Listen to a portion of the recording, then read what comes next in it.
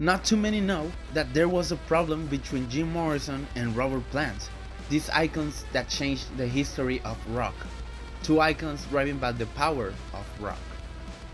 Little known is the rivalry between Jim Morrison and Robert Plant, or The Doors and Led Zeppelin, more than anything by the fans of both bands.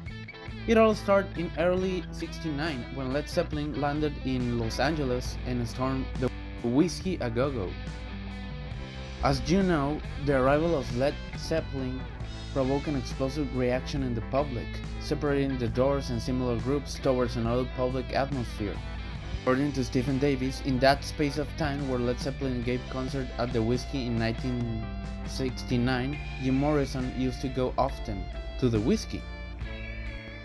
A surviving Jim Morrison notebook from that era contains two titles of some blues songs, Killing Floor and How Many More Times. Both played on Led Zeppelin's first American tour. Several people claim that Jim Morrison was really disturbed by Plant's ridiculous hypersexual posturing, and he was annoyed with the performance. He probably sensed that rock and roll was different than what Led Zeppelin was putting on the table. Led Zeppelin was making a kind of a hard rock with a little, heavy sound, and maybe Jim didn't like that. The Doors were doing also hard rock in some songs like Break On Through, but that was a different kind of hard rock. I prefer Break On Through, but Led Zeppelin was doing something different. Those people remember Jim saying that this riff-banging, power-mad English band represented the death of rock as he knew it. Plant saw Jim Morrison perform only once, in the Seattle Pop Festival in July '69, where the Doors and Led Zeppelin were invited.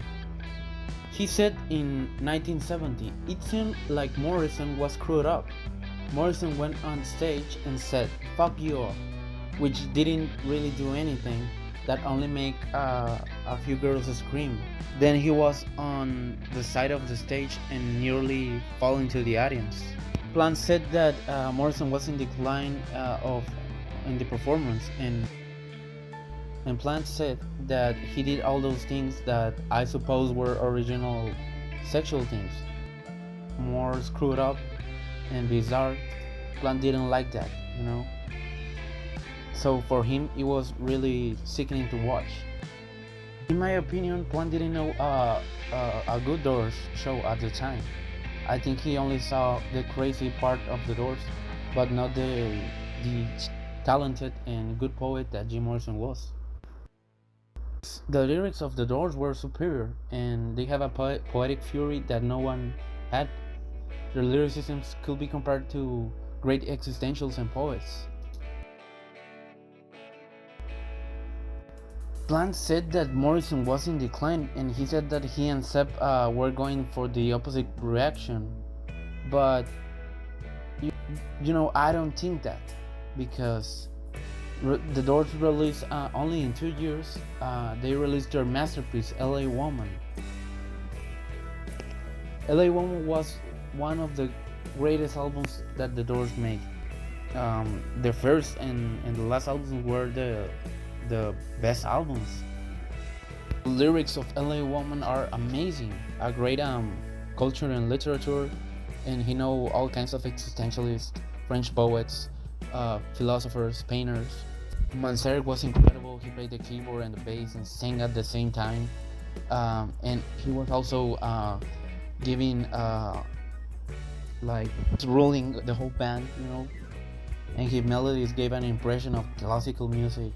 Conclusion is that the Doors are spectacular, and I think a lot of bands have their influence, including Led Zeppelin. So let's say that maybe if Jim wouldn't listen more to Led Zeppelin and think about it, maybe he will like them a little bit.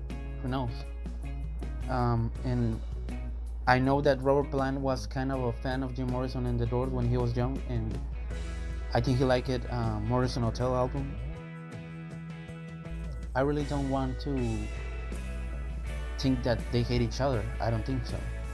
But they were great bands. And this is it. Thank you for watching this, and hope you like it. Subscribe, and see you next time.